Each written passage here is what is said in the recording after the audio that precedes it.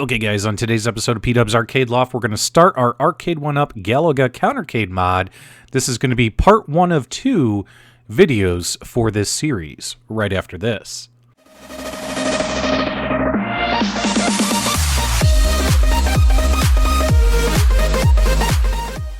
Okay dudes, we're back, and taking a look here, we did get the Arcade1Up Galaga Countercade for $49 back when these were on sale a little while ago. Unfortunately, I've been so busy, haven't had a chance to mod it yet. So finally started doing the mod, and this is going to be part 1 of 2 videos.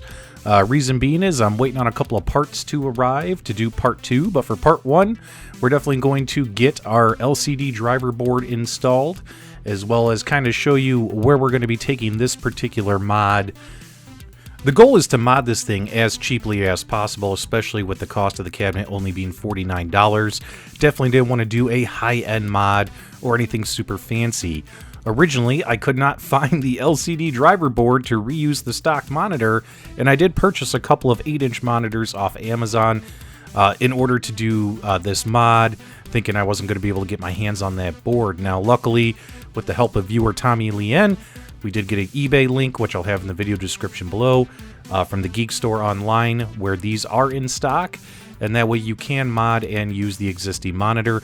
I know a lot of folks are replacing the monitors, but the goal here is this isn't something that we're going to say, this is our favorite cabinet project we've ever done. This is just going to be a downright dirty, fast mod. Do it as quickly as possible and as cheaply as possible. So reusing the stock monitor is key to help absorb that cost. Obviously, our first step is going to be to remove the back panel. With the back panel removed, we're going to go ahead and unplug the power supply.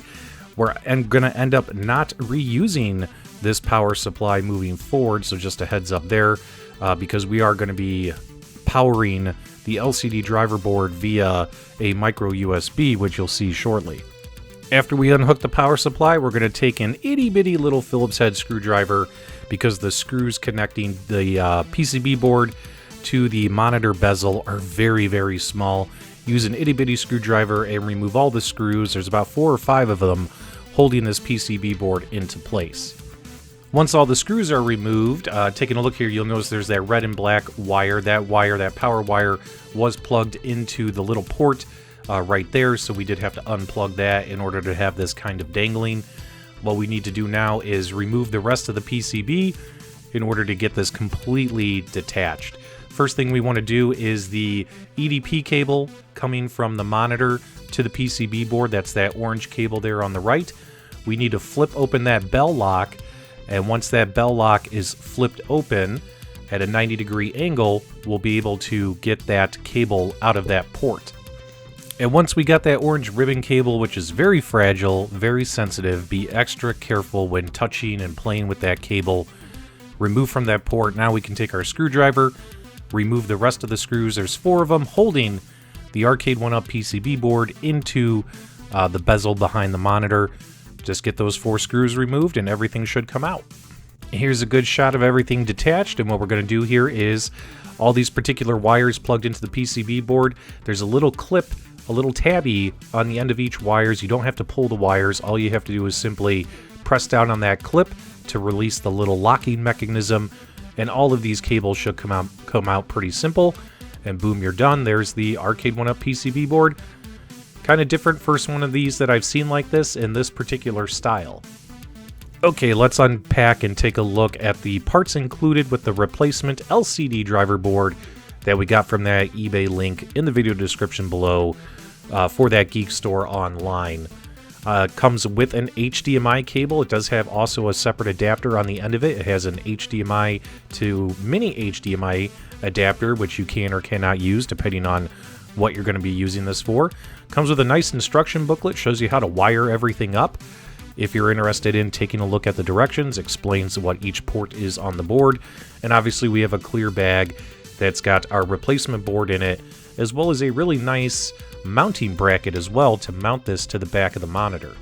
First step is to take this 3D printed mounting board here and get this screwed in. So we're going to screw in our 2 left screws into the exact same spots where the former PCB was screwed in, and that should kind of hold this in place for now. Here's a quick shot of it with the camera in focus. As you can see, that's pretty cool looking. perfectly measured. Okay, here's a good shot here showing you that only the 2 left screws are into that mounting frame for geek sales, and you'll see the LCD driver board is now mounted and snapped in, nice and centered, exactly where it needs to go. And obviously very carefully at this point, very carefully, we want to get that orange cable, EDP cable, plugged in. And you probably would want to use 2 fingers if you can, if not a small tool, to go ahead and close and secure that bell lock, that black tabby. It's sitting up at a 90-degree angle. Once it's in there, you want to get that pushed down and snap shut. I use the tip of my screwdriver here. Once it's snapped shut, you can go ahead now and get that 3rd screw in the bottom right corner plugged in. Boom, boom, cuckoo, ka-choo, and you're done. Now there's a little supplemental board that is already pre-connected to this LCD driver board. This is the, it's got the controls to accessing settings for like the monitor and things, adjusting the brightness, the colors, the contrast, and all that. What you want to do here is obviously get it lined up with that top hole on the right corner. Make sure everything is kind of centered and folded neatly. So right here I have it lined up exactly how I want it, and now I'm going to go ahead and screw in that top right screw.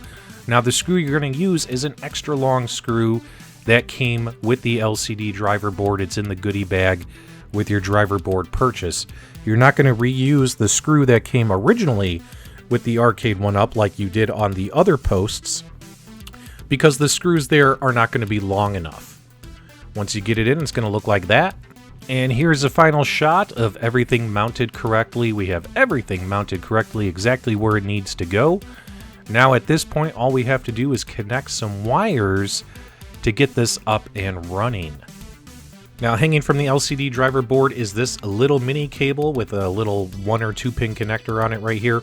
You'll notice I already have it connected. That's connected into the speaker wire coming from the included speaker that came with the Arcade1Up Countercade. You want to go ahead and use that. And that'll make sure that the speaker works so you don't have to replace it. And depending on what countercade you're working on, you might have to use the other wire, so it's nice that they give you both setups just in case, but we're not going to need it, so we're just going to leave it dangling.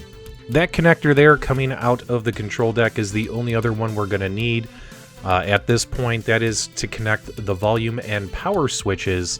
Now when you plug this in to the corresponding connector coming out of the LCD controller board, what will happen is you will be able to use the stock volume toggle switch, but you will not be able to use the stock power switch, not without adding an additional relay board. So as is, at least we're going to get the volume up and running. And right here is a final shot of those 2 wires connected together, coming from the LCD driver board as well as coming from the volume and toggle switch from the encoder board on the Arcade1Up. Now at this point, it's time to figure out our power source. So of course it's going to be a MicroUSB cable that comes included with the LCD driver board. It does not come with an adapter plug. Definitely can use any kind of 5-volt adapter to power the monitor and main unit here. So we're going to go ahead and get that plugged into that port right up there. And then of course we're going to plug in our HDMI port. This cable of course is going to go into whatever device we're trying to get to run on the cabinet. Easy peasy lemon squeezy. Let's go ahead and get that plugged in, and then it's time to say, hey, here's what we're going to be doing with this particular mod. Keep in mind, the whole goal here was to do this as cheaply as possible. If we're going to do this fast, cheap, and dirty, we're going to do it with a Raspberry Pi. So we got our Raspberry Pi 3B Plus here with the Scoony Vertical Image on it. We do have it connected via HDMI into that LCD driver board. We do have, for the purpose of testing, a quick Xbox controller plugged in, because this is just phase 1 of the mod. We want to make sure we hooked up that driver board correctly, that that orange ribbon cable, which is a very sensitive cable, is working without any issues, that this is going to work. And then of course we got our little on-off switch for Raspberry Pis. I love having these. So let's go ahead and flick it on, and we should hopefully see this thing come to life. And sure enough, there it goes. Keep in mind, these stock monitors on Arcade1Up aren't that great. So, you know, they're going to look super washed out on camera, and they do look washed out in person, but not as bad as the camera shows. This obviously is a DSLR camera, so it has a hard time capturing this footage. But as you can see here, we have our Scoony RetroPi Image. I cannot tell you where to get it, but it's out there in the world, and it's a very good vertical image only. This image is loaded with just the right amount, the perfect amount of vertical games that you want to play from various platforms on a vertical screen setup like this. The monitor, of course, does look washed out from this particular viewing angle. However, from dead on, it looks pretty good. But as we all know, you have to be staring dead on these Arcade1Up machines. Now, right out of the package here, the sound is not going to be very loud. In fact, you can adjust the sound volume with the slider toggle, turn it all the way up, and barely hear the game. So to fix this, scroll up the wheel to Options, and when you're under Options, click on the Audio Settings. And then at the top here, you want to click on Audio Settings again at the very top of that menu. Once you click on the Audio Settings, it's going to bring you into... You want to head over to the mixer. And once you get to the mixer, you'll notice here we got this little bar that we can adjust. And with this, now we can increase the maximum volume on this stock Arcade1Up speaker. Let's crank it up.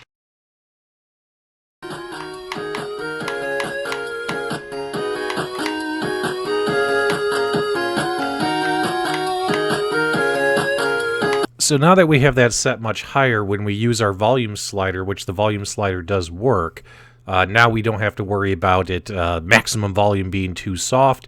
Now maximum volume will sound really, really good. All right, so the good news is part one is nearly finished here. Everything seems to be good. Did some game testing. Everything seems to be working really well. The monitor, the power to the monitor, etc. No concerns. I'm waiting on just a couple of things to be delivered tomorrow. Some final items. Once those get delivered, I'll be able to finish part two.